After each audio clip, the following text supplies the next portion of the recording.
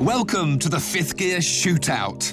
This week, the latest Lotus Elise takes on Vauxhall's VX220 Turbo, which, built of course by Lotus, has a 200 horsepower turbo engine that gives this £26,000 sports car supercar-like pace. Lotus's new 111R comes with a 189 bhp engine and 6-speed gearbox, both courtesy of Toyota, plus a few extra little tweaks. At £28,000, plus new options such as air conditioning and lecky windows, it's at least a couple of grand dearer than the VX220. But what we want to know is it faster?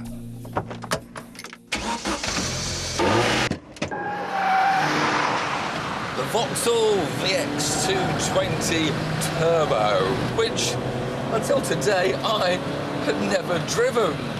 But it's easy to see why everyone's been raving about it. Because that 2-litre turbocharged power plant gives this chassis exactly what it's always wanted, and for an affordable price. And it's an engine that you'd hardly know was turbocharged. There's no hint of a turbo. The power delivery seems to be almost seamless. Of course, this Lotus chassis is already well renowned as one of the best, if not the best, on the roads today. But then even the best chassis has its limitations. And when you really push this Vauxhall, there is a little bit too much understeer turning in, which will inevitably snap into oversteer on the way out.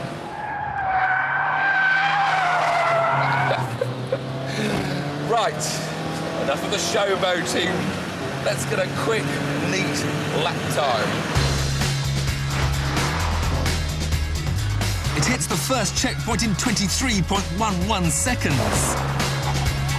The hairpin in 35.35. And goes on to set a target lap of 51.96 seconds.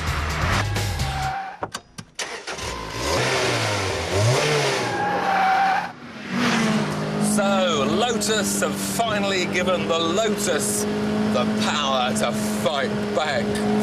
And although on paper it's still 10 horsepower down on the Vauxhall's engine, the Toyota power plant and 6-speed gearbox helped to reduce the weight by some 70 kilos. So the Lotus has actually got a better power-to-weight ratio.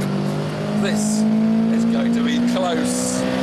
Mind you, you only get that power over 6,200 RPM, because this Toyota engine has one of those wonderful variable valve timing. It actually produces a power delivery that's more like the old turbo surge was than a turbo is nowadays. Nothing below 6.2 then. The noise chimes in, and you get extra power by the bucket load.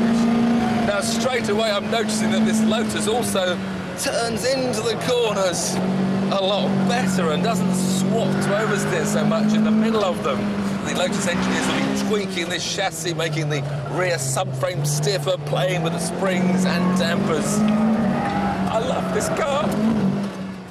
But is it quicker than the Vauxhall? Shock of shocks, the extra torque of the VX220 has dragged it to the top of the hill 7/100ths faster than the Lotus.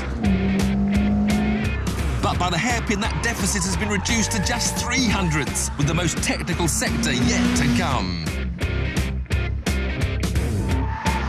Just a flick of opposite lock and the Lotus has reversed the deficit as it hits the finish line to win the day by the slenderest of margins. Who's a clever boy then?